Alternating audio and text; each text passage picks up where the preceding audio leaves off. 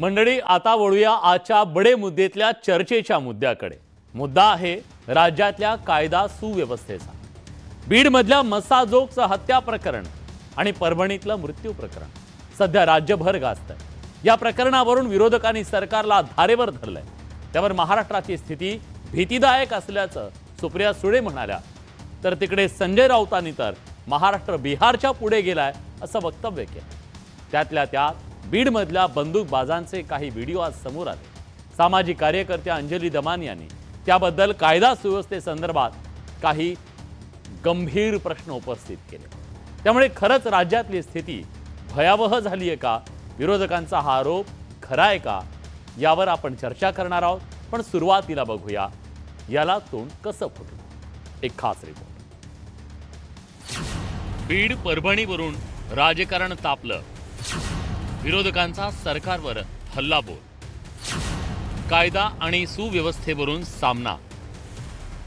बीडच्या मसाजोगचे सरपंच संतोष देशमुख यांची झालेली निर्घृण हत्या असो की परभणीत सोमनाथ सूर्यवंशीचा न्यायालयीन कोठडीतला मृत्यू, या घटनांमुळे राज्याचं राजकारण तापलंय।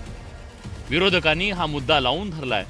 खासदार सुप्रिया सुळेंनी तर संभाव्य कायदा आणि सुव्यवस्थेवरून खडा सवाल केलाय। कुठेतरी चुकतंय आणि जर याच्यात या दोघांना न्याय मिळाला नाही तर पुढचा महाराष्ट्र कसा असेल, जे माझ्या मनात भीती वाटते।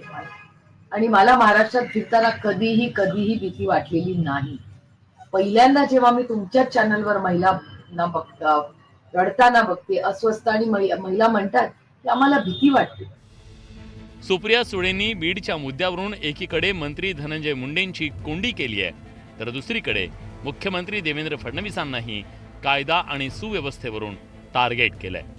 दरम्यान ठाकरेंच्या शिवसेनेनं तर बीड प्रकरणावरून महाराष्ट्राची थेट बिहारशी तुलना केली आहे। महाराष्ट्राची परिस्थिती बिहारपेक्षा गंभीर आहे, फडणवीस साहेबांनी आधी समजून घ्यावं।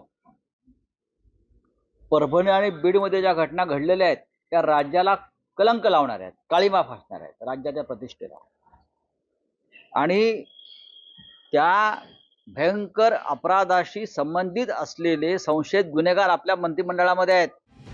विरोधकांच्या या टीकेमुळे राज्यातलं राजकीय वातावरण ढवळून निघालंय, तर सत्ताधाऱ्यांनी विरोधकांचे आरोप फेटाळून लावले।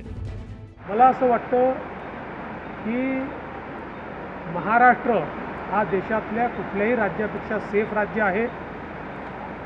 खरं म्हणजे प्रत्येक घटनेचं इतकं राजकीयकरण हे शोभत नाही। त्यांना केवळ राजकारण करायचं आहे, त्यांना जातीमध्ये विद्वेष तयार करायचा आहे, तेवढंच त्यांचं काम आहे। बीड आणि परभणी प्रकरणामुळे राज्यातल्या कायदा सुव्यवस्थेचा मुद्दा ऐरणीवर आलाय। राज्य सरकारला घेरण्याची आयती संधी विरोधकांना मिळाली आहे। त्यामुळे आगामी काळात यावरून राजकारण रंगण्याची शक्यता नाकारता येत नाही। Bureau report, news 18 Lokmat.